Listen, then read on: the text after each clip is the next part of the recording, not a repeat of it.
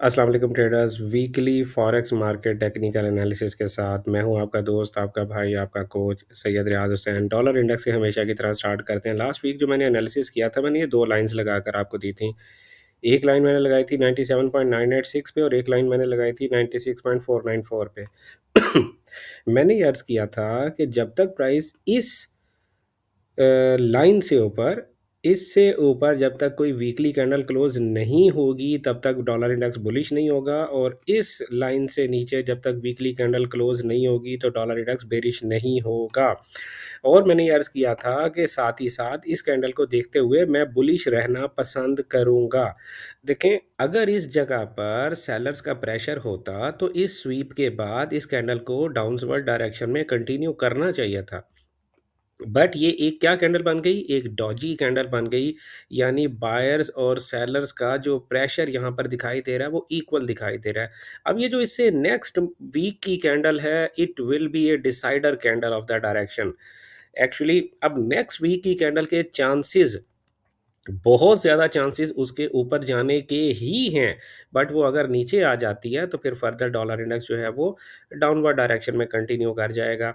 तो in my opinion next week is actually decider, लेकिन हम इसको बुलिश मोमेंटम ही कंटिन्यू समझेंगे फ़िलहाल। यानी आप यूँ कह सकते हैं कि अगर मुझे एक डायरेक्शन में बैठना है तो मैं ये फ़ोकस करूँगा कि मुझे बाय के सेटअप्स मिलें, तो मैं उन्हें प्रेफ़र करूँगा। फ़िलहाल मैं सेल के सेटअप्स को प्रेफ़र नहीं करूँगा। ओवरऑल मैंने आपको क्या बताया कि डॉलर इंडेक्स की नेक्स्ट वीक की कैंडल डिसाइडर है, लेकिन अगर मुझे सेटअप्स को सपोर्ट करना पड़ा तो मैं बाय के सेटअप्स को सपोर्ट करूँगा। इसी तरह मुझे यूरो यूएसडी में जो है वो अगर सेटअप्स को सपोर्ट करना पड़ा तो मैं सेल के सेटअप को फ़िलहाल सपोर्ट करूँगा। लेकिन again I am telling you कि नेक्स्ट वीक पूरा एक्चुअली डिसाइडर है। वो बताएगा कि मार्केट किस डायरेक्शन में जाएगी। अब जब डॉलर इंडेक्स क्लियर नहीं है तो जीबीपी, यूएसडी वगैरह में भी आप थोड़ी एहतियात से काम करें। एनजेडी, यूएसडी यानी एक वीक अब आप अगर इंतज़ार कर लें तो बेहतर रहेगा आप लोगों के लिए। अब हम डायरेक्टली चले जाते हैं जनाब क्रूड ऑयल की तरफ, और क्रूड ऑयल में मैंने लास्ट वीक भी आप लोगों से अर्ज़ किया था कि market is bullish. Her daily के 4 एच के फेयर वैल्यू गैप से बाय करें, और प्राइस का जो इस वक्त टारगेट दिखाई दे रहा है वो 69.65 यूएस डॉलर्स दिखाई दे रहा है। हर डेली के 4 एच के फेयर वैल्यू गैप से आप इसको बाय कर सकते हैं। सिल्वर XAG USD, कोई डीप एनालिसिस करने की ज़रूरत नहीं है। हर डेली के 4 एच के फेयर वैल्यू गैप से इसको बाय करेंगे। नेचुरल गैस मैंने ये जोन बनाकर आपको लास्ट वीक दिया था, आप इसी चैनल पर जाएं, मेरी पिछले वीक की वीडियो देखें। मैंने उसमें कहा था 3.050 से लेकर 3.422 ये सारे का सारा सेल जोन है। और अगर आप नेचुरल गैस में काम करते हैं तो आपने यकीनन हमारे इस एनालिसिस से फ़ायदा उठाया होगा। अभी भी प्राइस जो है वो टारगेट नंबर 1 ये है, और टारगेट नंबर 2 है जनाब 2.622। आप इसको हर डेली के 4 एच के फेयर वैल्यू गैप से सेल ही करेंगे। यूएस 30 जो है, यूएस 30 ने ना आजकल डॉलर की तरह बहुत ज़्यादा तंग किया हुआ है, क्योंकि डॉलर अपनी डायरेक्शन क्लियर नहीं कर पा रहा, तो इसलिए इंडिसेस वगैरह भी जो हैं वो स्टक हुए पड़े हैं। फिलहाल यानी ओवरऑल ट्रेंड बुलिश है, लेकिन प्राइस कंसोलिडेशन में है। मैं क्या बाय सेल आपको बताऊंगा इसकी, लेकिन इस कैंडल को देखते हुए मैं ये अर्ज़ कर सकता हूँ कि आप इसको सेल, अब जैसे लास्ट वीक मैंने आपसे अर्ज़ किया था कि इस कैंडल को देखते हुए मैं ये अर्ज़ कर सकता हूँ कि आप इसमें बाय देखने की कोशिश करें, लेकिन नहीं गई ना बाय, नहीं गई। तो अब इस कैंडल को देखते हुए अगर आप सेल देखने की कोशिश करेंगे, क्या पता अगली कैंडल बाय चली जाए, क्योंकि प्राइस कंसोलिडेशन में है। तो US 30 की ट्रेडिंग से आप अवॉइड कर लें। इसी तरह नैस्डैक की ट्रेडिंग से भी आप कुछ दिनों के लिए अवॉइड कर लें तो बेहतर रहेगा। प्राइस स्टक हुई भी है, mini S&P 500 futures price stuck है। ये मैंने दो लाइंस लगाकर आपको दी थी, 6781 US dollar and 6978 US dollar. Bottom side break होगी तो सेल में बैठेंगे, टॉप साइड ब्रेक होगी तो बाय में बैठेंगे। इन बिटवीन किसी किस्म की कोई ट्रेड करने की ज़रूरत नहीं है, पैसे बर्बाद होने से बचाएं। टेस्ला वाले सारे भाई मेरे सामने आ जाएं जो मुझे यहाँ से फॉलो कर रहे हैं। जब प्राइस इस वीक के एनालिसिस मैंने किए थे तब से जो मुझे फॉलो कर रहे हैं वो मेरे सामने आए, उनको मेरी बात का अंदाज़ा होगा। मैंने अर्ज़ किया था कि अगर प्राइस ने 435 यूएस डॉलर के नीचे क्लोजिंग दे दी, जैसे कि यहाँ पर हो गई, फिर मैंने अर्ज़ किया था कि टेस्ला का टारगेट 367 यूएस डॉलर दिखाई देता है। अगर आप सेल कर सकते हैं तो करें। अभी भी मैं कह रहा हूँ कि आपको हर डेली के 4 एच के फेयरवेल गैप से अगर आप सेल कर सकते हैं तो ज़रूर करनी चाहिए। मेटा कॉर्पोरेशन मैंने लास्ट वीक आप लोगों से अर्ज़ किया था कि आपको बाय का सेटअप देखना चाहिए। तो लेकिन प्राइस बिल्कुल मूव नहीं कर रही है यार, बिल्कुल मूव क नहीं कर रही है। बहरहाल फ़िलहाल आपको सेल का सेटअप नहीं देखना, हर डेली के 4 एच के फेयरवेल गैप से बाय करेंगे। एनवीडिया कॉर्पोरेशन बिल्कुल यूएस 30 की तरह, नैस्डैक की तरह, ये चीज़ें भी सारी की सारी स्टक होके बैठी हुई हैं। कोई बाय सेल मेरी तरफ से कोई भी सजेशन आपको नहीं दी जा सकती। क्रॉस पेयर्स में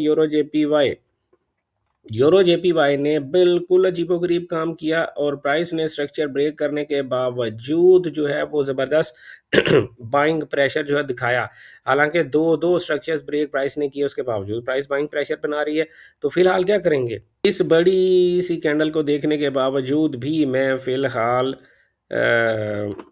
बुलिश नहीं हुआ। नेक्स्ट वीक जो है वो डिसाइडर है एक्चुअली नेक्स्ट वीक, लेकिन इस कैंडल को देखने के बाद मैं ये कह सकता हूँ कि आपको तब तक बायर ही रहना है जब तक कि ये डेली का बाय का फेयर वैल्यू गैप इनवैलिड नहीं होता, तब तक आपको यूरो जेपीवाई में बाय ही रहना है।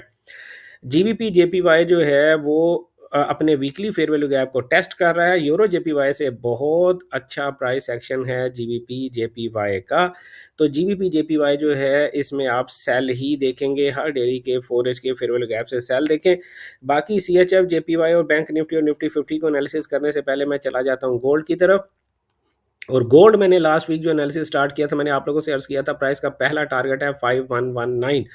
गोल्ड को फर्दर एनालाइज करने से पहले मैं आप लोगों को बताता चलूं कि अगर आप मुझसे मेरी पर्सनल ट्रेडिंग स्ट्रेटजी सीखना चाहते हैं तो इस व्हाट्सएप नंबर पर रब्ता करें। 031069000125 ये द गैम्बिस्ट अकेडमी का व्हाट्सएप नंबर है। मेरी पर्सनल ट्रेडिंग स्ट्रेटजी आप मुझसे सीख सकते हैं। इसके अलावा अगर आप खुद ट्रेडिंग नहीं करना चाहते या आपके पास किसी भी ट्रेडिंग स्ट्रेटजी को सीखने का वक्त नहीं है तो इस वीडियो की डिस्क्रिप्शन में हमारी व्हाट्सएप कम्युनिटी का लिंक मौजूद है, आप उसे जाके ज्वाइन कर सकते हैं।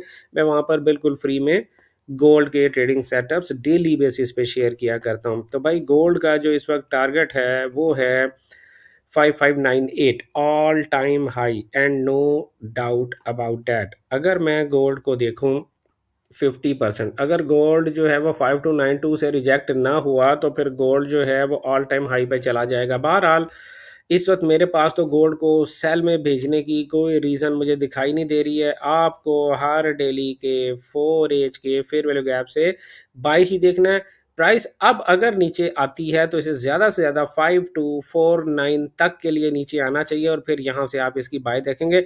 बहुत ही जूसी प्राइस एक्शन इस वक्त हुआ हुआ है। सीएचएफ जेपीवाई हर डेली के 4 एच के फेयर वैल्यू गैप से बाय करें, कोई डाउट ही नहीं है। बैंक निफ्टी मैंने लास्ट वीक आप लोगों से अर्ज किया था कि बैंक निफ्टी में परेशान होने की कोई बात नहीं है, इट शुड बी बुलिश। आप इसको बाय ही देखेंगे, अभी भी आप इसको बाय ही देखेंगे जब तक कि प्राइस 60437 से ऊपर ऊपर ट्रेड हो रही है, आप इसको बाय ही देखेंगे, कोई सेल सेंटीमेंट इसमें नहीं है फिलहाल। निफ्टी 50 में आई वॉज प्रिटी क्लियर, मैंने लास्ट वीक भी आप लोगों को बताया था, यानी काफ़ी वीक से मैंने आप लोगों को ये रेजिस्टेंस लेवल लगाकर दिखाया हुआ है 25693 से लेकर 25842। मैंने आपसे अर्ज किया जब तक ये रेजिस्टेंस लेवल ब्रेक नहीं होता तब तक निफ्टी 50 बेरिश ही है। और आप देखें हमारी रेजिस्टेंस ही प्राइस को पकड़ कर बैठी हुई है। तो बैंक निफ्टी इज बेरिश। अगर आप सेल कर सकते हैं तो हर डेली के 4 एच के 1 एच के फेयर वैल्यू गैप से आप इसमें सेल तलाश करेंगे। ये हमारे एनालिसिस किसी किस्म की फाइनेंशियल एडवाइस या ट्रेडिंग सिग्नल सर्विस नहीं होते, आपको सीख कर ट्रेडिंग करनी चाहिए। अपना ढेर सारा ख्याल रखिएगा, दुआओं में याद रखिएगा। गुड लक, हैप्पी ट्रेडिंग, अल्लाह हाफिज़।